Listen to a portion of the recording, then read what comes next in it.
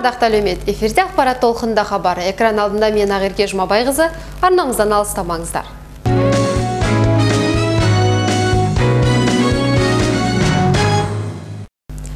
Түркістан қаласы әкімдігінде қала әкімі Әліпбек Өсербаевтың төрағалығымен апталық мәжіліс болып өтті. Күн тәртібіндегі негізгі мәселе ретінде қаладағы ретсіз сауда орындары мен мал ұрлығына нәтижелі тосқауыл жайы қаралды. Қала аумағында 450-ге тарта супермаркеттер мен дүңгіршектер бар. Олардан бөлек заңсыз сауда орындары да жетерлік. Осы іске байланысты қала басшылығы арнайы тәртіптік жүйе керек екенін қатаң тапсырды. Түркістан қаласы әкімдігінде қала әкімінің төрағалығымен апталық мәжіліс болып өтті. Күн тәртібіндегі негізгі екі мәселе қаралды. Бірінші кезекте қаладағы ретсіз сауда орындары мен мал ұрлығына тосқауылға байланысты атқарылған жұмыстар баяндалды. Жыл басынан бері ретсіз саудаға байланысты 8 рет жасалынған, алайда нәтиже көңіл көншітпейді.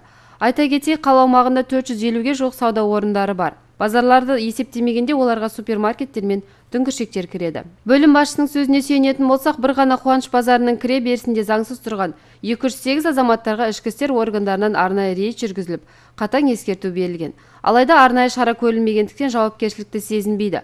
Сол күні орнын жинап кеткенімен ертесіне-ақ құмырсқадай қаптайды дейді. 2016 жылы мысалы айтатын болса 208 рет сауда жасау азаматтар ескерту берілген болатын. Биылда 2017-те де осы жұмыстарды күнделікті атқарудамыз. Азаматтарға ішкі істермен бірлесіп іс-шарада жасағанбыз. Күнделікті осы сауда жасаушыларды ретке келтіру мақсатында.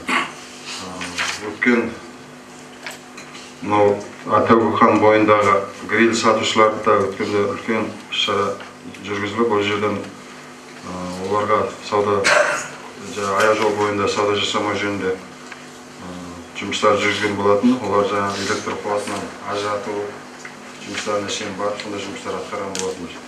Алайда қайтадан сол дүңгіршектерге электр қуатының көзін қосып, сол бұрынғы жасау нелерін бұдан ары жалғастыру.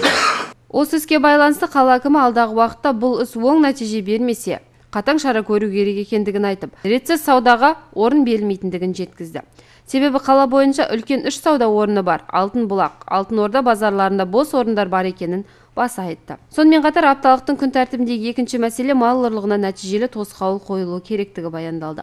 Ауыл аймақтағы ағайынның негізгі күн көрісі осы 4 түлік.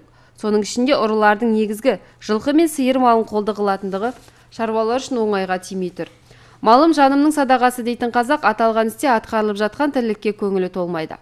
Облыс бойынша осы мал ұрлығы бойынша қала алдыңғы кезекте. Өрістегі малын қойып, қорадағы түлігін ұрлап кетіп жатқаны кімді болса да бейжай қалдырмасы анық. Мәселен, бір отбасының 6 сиырын бір күнде қолды қылған ұрылар бүгінгі күнге дейін ұсталмаған. Сондай-ақ бір үйір жылқыларын да жоқ қылған. Ауыл тұрғындарының да уәжі осы. Ұрланады, бірақ ұры ұсталмайды. Алайда осы іске байланысты арнайы бағдарламалар мен іс-шаралар жоспарланып, жүйелі түрде жүргізілуде. Ұрлыққа басты себеп шаруалардың малдары жоғалғаннан кейін өздері іздеп, таппаған жағдайда ғана кеш хабарлайтыны, сонымен қатар арнайы жайылымға қоспайтындықтары себеп екен. Уақыт өткеннен кейін хабар беру қылмыскерді анықтауға және оның басқадай қылмыстарға араласуына жол ашады дейді.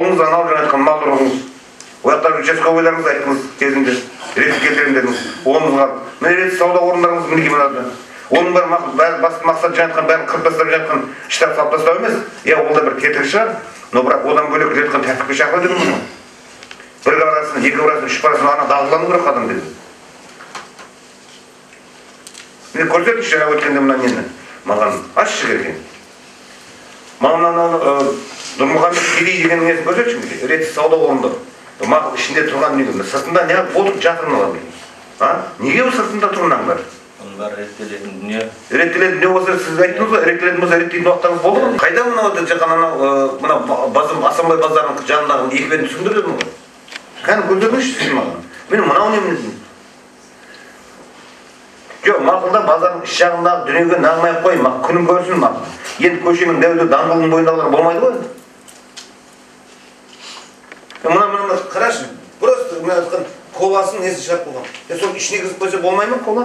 Баяғы осы кеңес үкіметінің кезінде түсірдік өмірді. Сол кезде бірде-бір магазин тоқтау сұртам. Бірде-бір магазин сыртына коласын несі шарп қойып сатылған көрген емеспін мен. Міне мына Нұрмұхамед Кедей ма кімдікі? Міне мына жер қазір мінекей КНМ болды. Мәшиненің бәрі келеді дағы төгеді нараға. Мен сіздерге айттым, мына участковыңыз бар, керек болса соны құрылысыз қойып қойыңыздар неңізді. Сөйтіңіздер мына бірде бір машина төкпесін ішіне құмды. Кірсін, тұрсын құмыменен. Қалай жаз болады, қалай жел тұрады, мына құмыңыздың бар ұшатта микроөңші кіреді барады. Мынаның не болса пайдалану мақсатын қарап көрген адам бар ма? Айтыңыздаршы айнымайсыздар. Пайдалану мақсатын, жерді пайдалану мақсатын. Одан кейін қоршасын дұрыстап. Енді қарсы бетіне көшірші кәмінде кейін. Жоқ, мына қарсы бетінде уже біреулер қазір вагон-вагонды қойып магазин істеп жатыр ғой қазір. Десек те малым табылады деп үміттенетіндей, бізде жүйелі жүргізілетін жұмыстар оң нәтижесін береді деп сенеміз. Апталық мәжілісінде қаралған екі мәселе де өзекті. Тек қана осы кезек күттірмейтін маңызды мәселелер ретімен шешілсе игі. Ретімен шешілсе жақсы. Қарапайым халыққа пайда әкелсе игі. Ақерке Жұмабайқызы, Әбубәкір Анарбайлы, Тұран, Түркістан. Жаңалықтарымызды жалғастырамыз. Түркістан қалалық орталық ауруханада республикадан құралған арнайы ақпараттық штаб мүшелері болды. Ондағы мақсат медицина қызметкерлеріне міндетті әлеуметтік медициналық сақтандыру жобасын түсіндіру. Айта кетейік, міндетті әлеуметтік медициналық сақтандыру заң жобасы осы жылдан бастап өз күшіне енгізілмек. Түркістан қалалық орталық ауруханада республикалық штаб өкілдері болды. Онда міндетті әлеуметтік медициналық сақтандыру бойынша түсіндірме жұмыстары жүргізілді. Штабтың мүшесі Астана медициналық университетінің профессоры Ибраев Серік арнайы слайдтар арқылы жүйеге енгізілген өзгерістер мен толықтырулар жайында айтып өтті. Дамыған елдерде олардың үлес салмағы 25%-ға дейін жетіп бар. Біздің арамызда қанша мысалы дәрігерлер барсыздар, біздердің арамызда олардың үлес салмағы әзір көп емес. Статистика бойынша где-то 7-9 маңайында ғана біздің арамызда егде тартқан адамдардың үлес салмағы. Олар біз дәрігерлер бәріміз білеміз, бірінші көп келетін адамдар кім біздің арамызға? Көбіне қартайған адамдар, егде тартқан адамдар көбірек келеді. Балалардың ішінде өте жас балалар. Сондықтан бұл деген үлкен біздің медицина, денсаулық сақтау мекемелерінің алдына тағы да үлкен сын болып есептеледі. Өйткені адамдардың үлес салмағы өскеннен кейін егде адамдардың бізде нагрузка көбейеді деген сөз. Екінші, жұқпалы аурулар емес аурулардың үлес салмағы көбейіп келе жатыр. Қан тамыр аурулары да, жоқ қан тамыр аурулары, онкологиялық аурулар, сусамыр дейміз ба, сахарный диабет.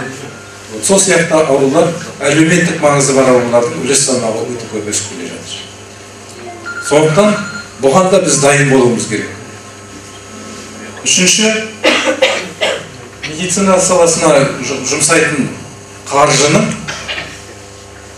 көлемі одан тоже өсіп келе жатыр. Өйткені ол неге байланысты? Біздің жаңа технологияларымыз, медициналық технологиялардың өсуі, жетілдіруі, дамуына байланысты біздің медициналық қызметтердің бағасы, әсіресе жоғары мамандандырылған қызметтің шамасы жоғарылап бара жатыр. Осының бәрі бірге қосылып, әрине қосымша қаражаттарды қажет етеді. Оған беретін үкіметтің шамасы бар ма? Оған әрине жеткіліксіз. Оны әрмен қарай айтамыз көрсетіп. Енді әрине Қазақстан 20-50 стратегиясында айтылған елбасының тағы да тапсырмасы бар, оны білесіздер. 50 дамыған елдің қатарына кіру туралы айтылған. Онда айтылғанда единый стандарты качества, сапаны жақсарту үшін шетелдегідей бізде сондай сапа болу керек делінген тапсырма бар. Бұл үшін де әрине бізде де көп жұмыстар істелініп те жатыр, әлі де істеу қажеттілігі бар. Айтылған 100 қадамның ішіндегі 80-ші қадам нақтылы айтылған медициналық сақтандыру жүйесін кіргізу туралы. Соған байланысты елімізде биылдан бастап смешанная форма дейді, смешанная форма медицинского страхования, өйткені әлемде әртүрлі модельдері бар, түрлері бар. Соған байланысты біздің елімізде осындай смешанная форма финансирования здравоохранения дейді. Айта кетейік, міндетті әлеуметтік медициналық сақтандыру мемлекеттің жұмыс беруші мен азаматтардың денсаулық сақтау бойынша ортақ жауапкершілігін қамтамасыз етумен қатар, бірінші кезекте медико-санитарлық көмекті, жеке медицинаны дамыту, медициналық ұйымдар арасындағы бәсекелестікті күшейтудің негізінде медициналық қызметтердің сапасы мен қолжетімділігін арттырады. Қазақстан Республикасының денсаулық сақтау және әлеуметтік даму министрлігі міндетті әлеуметтік медициналық сақтау туралы Қазақстан Республикасының заң жобасын мемлекет басшысының айқындалған 5 институционалды реформаны іске асыру жөніндегі 100 нақты қадам ұлт жоспарының 80-ші қадамын іске асыру шеңберінде әзірленген. Заң жобасын дайындау барысында үздік халықаралық тәжірибе мен әлеуметтік бағдарламалар қолданылған. Осыған сәйкес, заң жобасына азаматтарға медициналық қызметтің 3 түрі ұсынылады. Бірінші, республикалық бюджеттен қаржыландыратын медициналық көмектің мемлекет кепілдендірілген көлемін ұсынатын базалық пакет. Ол Қазақстанның барша азаматтар үшін қолжетімді болмақ. Пакеттің құрамына жедел жәрдем қызметі, санитарлық авиация, әлеуметтік маңызды ауруларға, сондай-ақ шұғыл жағдайларда профилактикалық екпе кезінде көрсетілетін медициналық көмек кіреді. Екіншісі, қайтадан құрылатын медициналық сақтандыру қоры ұсынатын сақтандыру пакеті. Оған амбулаторлық емханалық көмек, стационарлық көмекті алмастыратын көмек, қалпына келтіру емдік шаралары, медициналық реабилитация, паллиативтік көмек және мейірбикелік қарау, жоғарғы технологиялық көмек кіреді. Аталмыш пакетті алу құқығы жарнасы төленген Қазақстан Республикасының азаматтарына, Қазақстан Республикасы аумағында тұрақты өмір сүретін шетелдіктер мен азаматтығы жоқ тұлғаларға беріледі. Үшіншісі, ерікті сақтандыруға қатысқан азаматтар ала алатын қосымша пакет. Аталған пакет аясында медициналық қызметтер келісім негізінде анықталады. Ерекше санаттағы азаматтар үшін мемлекет төлейтін жарнаның мөлшерлемесі орташа айлық еңбекақының 7%-ын құрайды. Сонымен қатар мөлшерлеменің көлемі 2017 жылда 4%, 2018 жылдан бастап 5%-ға, 2023 жылдан бастап 6%-ға, 2024 жылдан 7%-ға сатылай өсетін болады. Ақерке Жұмабайқызы, Әбубәкір Анарбайұлы, Тұран, Түркістан. Түркістан қалалық номері 17-ші Ататүрік мектеп гимназиясында қала басшылығынан құралған арнайы топ ата-аналармен түсіндірме жұмыстарын жүргізді. Түркістан қалалық шағын аудан номері 17-ші Ататүрік мектебінде қала басшылығымен білім бөлімінің түсіндірме жұмыстары болып өтті. Онда осы аудан тұрғындары, яғни ата-аналардың аула тазалығы, көше тазалығы мен бала тәрбиесі мәселелері қаралды. Бүгінгі таңдағы өзекті мәселе ол тазалық. Осы орайда түсіндіру жұмыстары арқылы көпшілікті үйлестіріп, жұмыс жасауға шақырған қала әкімінің орынбасары ата-аналарға қатысты өз пікірін білдірді.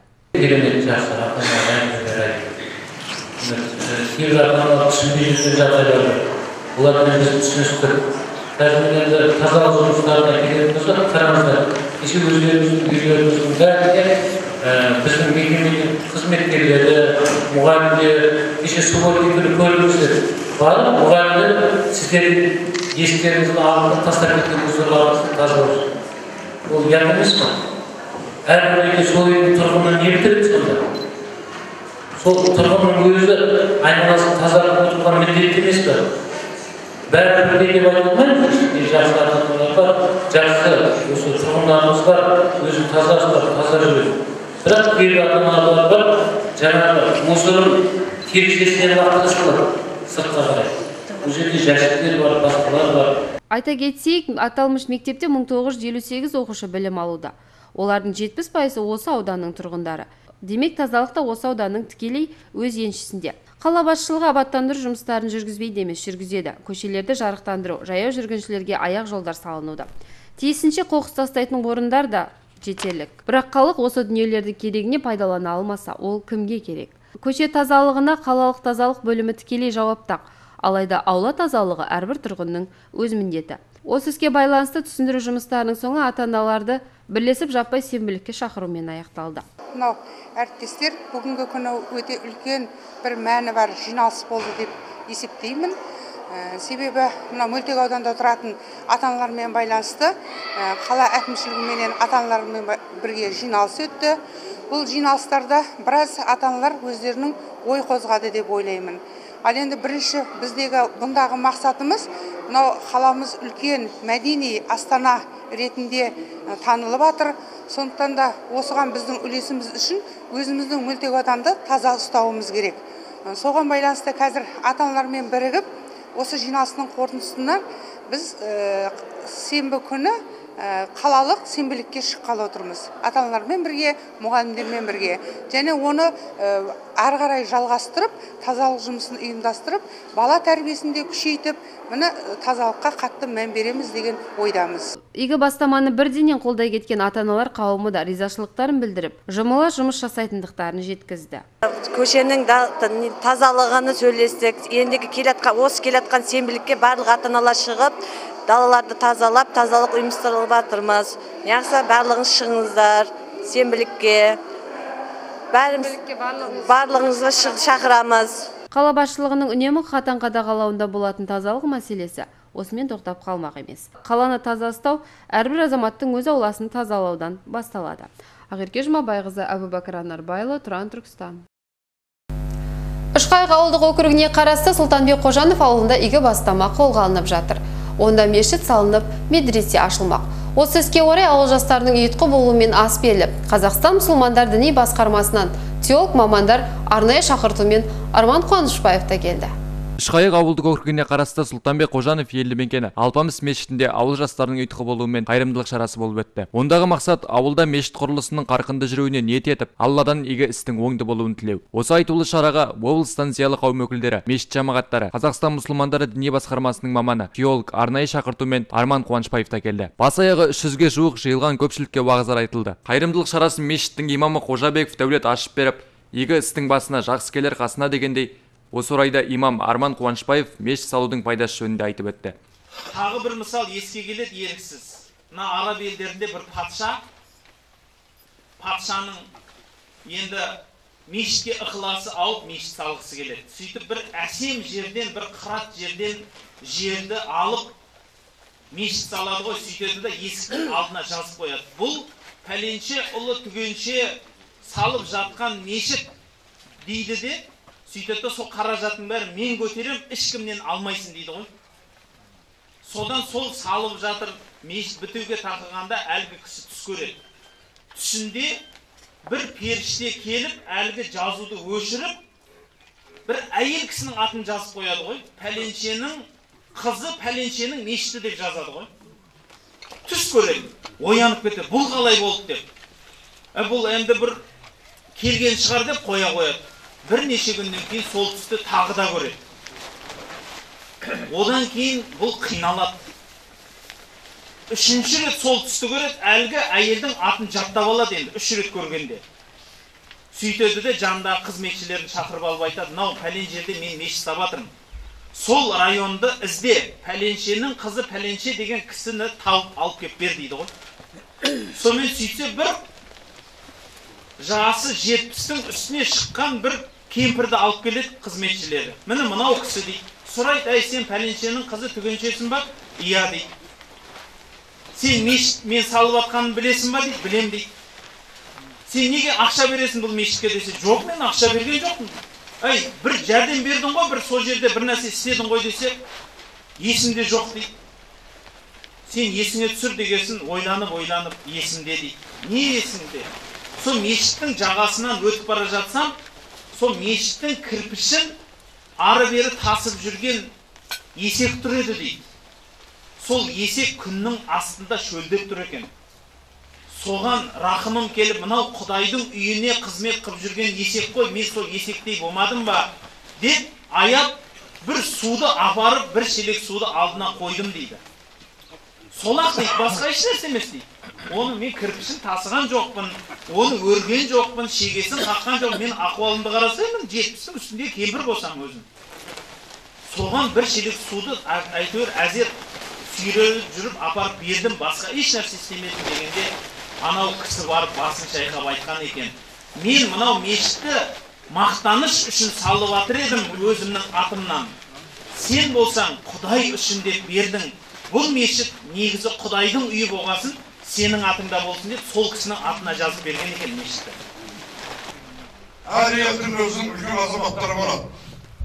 Біз ел болған екен ұлылар ұлықтамастан ол ел болмаймыз. Өткенімізді ұмытсақ, бабаларымыз тағзым етпесек, біздің артымыз не хал болады. Міне бүгін үлкен азамат, Алаштың ардақтысы, қалмен жанын берген, Сұлтанбек бабамызға арнап мешіт саламын деп отырсыздар. Алла осы ниеттеріңізді қабыл етсін деп өтінемін. Сондай-ақ Сұлтанбек Қожанов рухына ақсақалдар тарапынан құран бағышталып, арнайы дәм ұсынылды. Аталмыш мешіт 150 орындыққа арналып, ол жерде медресе заман талабына сай құрылғылармен жабдықталатын болады. Сонымен қоса ауыл ақсақалдары мен облыстан келген ақсақалдар, сондай-ақ өңірдің зиялы қауым өкілдері көмек беретінін, мешіттің салынуына көмек беретінін жеткізіп, бастамаға сәттілік тіледі.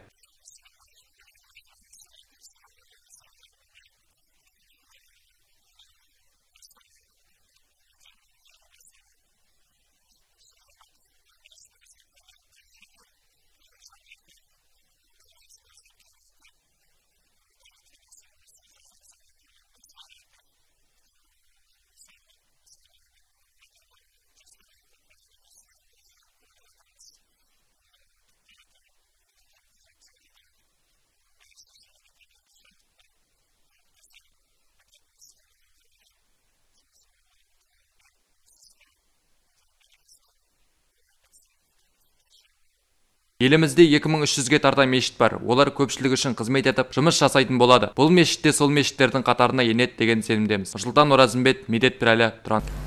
Бүгінгі арнамызға келіп түскен жаңалықтар еті осындай болды. Эфирде қайта жүздескенше, күніміз шуақты, еліміз қуатты болсын.